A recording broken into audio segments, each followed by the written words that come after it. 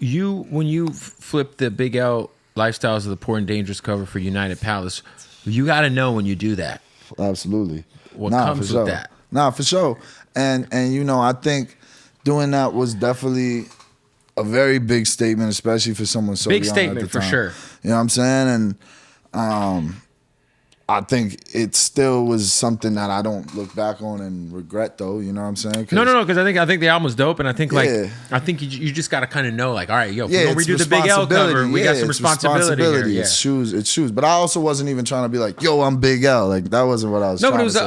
But it was just an homage, you know? But ultimately, I also have had kids be like, I didn't know who Big L was until I scrolled through your comments and saw people being like, isn't this the Big L cover? And they went and checked it out, which to me is kind of the point of it, you know what I'm saying? And ultimately, I just kind of wanted to take some of the themes that he was speaking through on that album and kind of translate them through a modern day lens, through my lens, and through a lens that took place like maybe 2 miles more uptown, you know what I want to hear somebody do Devil's Son in 2025. That'll be crazy. Even though that wasn't on that album. Do you like Big Picture or Lifestyles of the Poor and Dangerous more? I would say Lifestyles, just because to me, like, you know, it's more concise, whereas it's like 10, 11 songs. It was maybe. also like he made that album. Yes. Big Picture was a bunch of stuff put together. Big Picture is dope, though. Oh, it's like amazing. The Big Daddy Kane joint on there is crazy. Pardon me, but I'm fucking sick with it. Shout out to Big Daddy. God, no, yeah. Big Picture. I actually prefer Big Picture, but I know why it's people. It's like a little more polished, but like that's the thing. The thing is, though, it was also like they put that album together after he died with a bunch of stuff that was out there. Like, think about it. There's like freestyles on there. You know what I mean? Right, like, right. You know what and I mean? like, yo, something I'm starting to understand as an artist and kind of as I get further. And obviously, like, this both does and doesn't really apply to that because it was a posthumous album. But, like, I think people fail to recognize the art of, like, different kind of flavors within an album, you know, or from album to album. Like, you can't just make the same album over and over again. Like, you know, ultimately, like, there will be a section of your fans that will want to just hear you make that same album over and over again.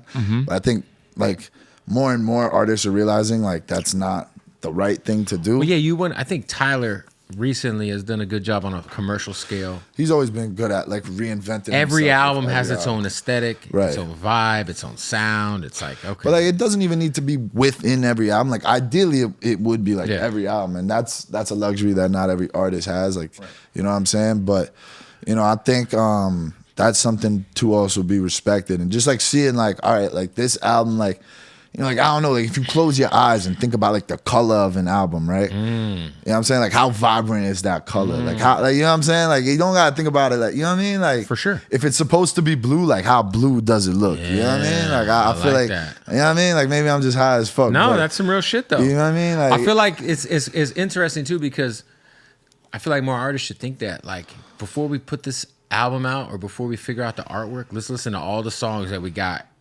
And what color does it sound like? Yo, it's like mad cool to think about the color, bro. Like, I love thinking about the color, bro. You know what I'm saying? Like, it's cool, bro. Nah, that's and like, hard. I'm not even like, yo, I got synesthesia, because like that is not the case. I'm not like fucking Pharrell out here where I'm like, you know, but like, you could fucking think of the color, you know? It's like a mood board, you know what I'm saying? Like, you just gotta kind of understand what you're trying to come across with in your music and your brand within that album cycle or within just your career cycle, whatever. This new album that you have, Piff, that's out. Sorry.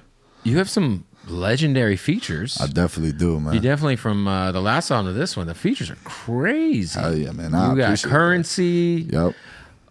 Obviously, Spit is a legend. We'll get to that. But how the fuck do you end up linking with Del the Funky Homo Sapien? And by the way, as a kid who's 21 years old, that's just that's awesome. Nah, absolutely. Because Del's the guy, Hyro, especially. But that's some Bay Area shit. That's some West Coast shit. You know? Yeah, I mean, long story short, I mean, I got my man Curdy Pandy over here.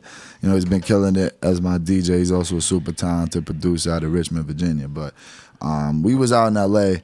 last time I was here. I was stuck around for like probably 3 weeks or something. And Dante, my manager, who obviously has a long relationship with Del, was like, yo, we'll take a trip up to the Bay and go like fuck with Del. Like, you know, I've never been out to the Bay. So we went up there. Crazy trip, long story short. But yeah, you know what I'm saying? It was definitely a fun experience. Took shrooms with Del, and we actually made like 2 or 3 records that day that weren't actually the record that ended up that it ended up being on the album. And yeah, you know, we just ended up kind of like You fucking say you ate around. shrooms with him? Yeah. Wow. Yeah, it was cool, man. Up at the Empire Studios in Oh, shout out San to Fran. Ghazi. Yeah. Shouts out to Danielle Neiman, Paz cool. too. Wait, so Yeah. you're shrooming with Dell, making records? Yeah, but none of them are coming out. Like they're all for the archives, you know. Right. But like it's kind of cool. It's like you take a picture with your friend and you look fucking disgusting in it. You're not gonna post it, you know. Right. But you still gotta like appreciate it, you know. But yeah, that was mad cool. And How much did you guys eat? Not like a crazy amount. Like definitely it was gummies. But I think me and him killed a pack of gummies together. I mean, you split a pack. I mean, Oh yeah, we was good. We was nice. Everyone's good. Yeah. It was definitely nice. Everything sounds good when you're that high on shrooms. Absolutely. Whatever the fuck's coming through the speakers, you just are like, oh yeah. Yeah, no, definitely. And like, And then you listen back, you're like, what the fuck was going on? yeah. But you know, we ended up my fault. No, you're good. Ended up making it work. That's dope, man. And you know, yeah, I gotta give some credit to Curdy because we ended up like getting another verse from Dell a few months later, just because like we were like, yo, like these are kind of like both of us were like off it, and he was like, yeah, I got you. He sent us a new verse, and then like me and Curdy were kind of like, let's fucking change the whole beat because the verse he sent us was good, and then we were just like, we don't really want it on this beat. And Curdy had some dope shit in the pack, so we cooked that up, and that's fire. Ended up being dope, and that's kind of why it also ended up being an interlude, just because it was like a strenuous process, and also I kind of wanted to continue on the theme of having like a older rapper kind of like christen the album towards the end of it. You know what I'm saying? I had Curious George do it on United Palace, and I just think that's like a cool thing to do to kind of just carry on tradition and you know, just give a little moment. What about Grand Puba? Yeah, Shout out to Brand Nubian, who's obviously one of the most legendary hip hop groups ever, and also one of the most slept on groups of all time. Absolutely, man. yeah. All for One is a classic. Absolutely. But yeah, again, it's just like you're out kicking your coverage here on your age. What were you listening to fucking Brand Nubian back in the day? Like, no, I mean, like I listen to a lot of Puba's solo stuff. Like I really like the 2000 album, and like, you know, obviously like Dante when I first like your linked up manager's with him. a hip hop historian. He's a fucking OG. Shout out to Dante Ross. Dante Ross, you know, and like when I started working with him, I definitely like went through the catalog of albums that he had worked on, and you know,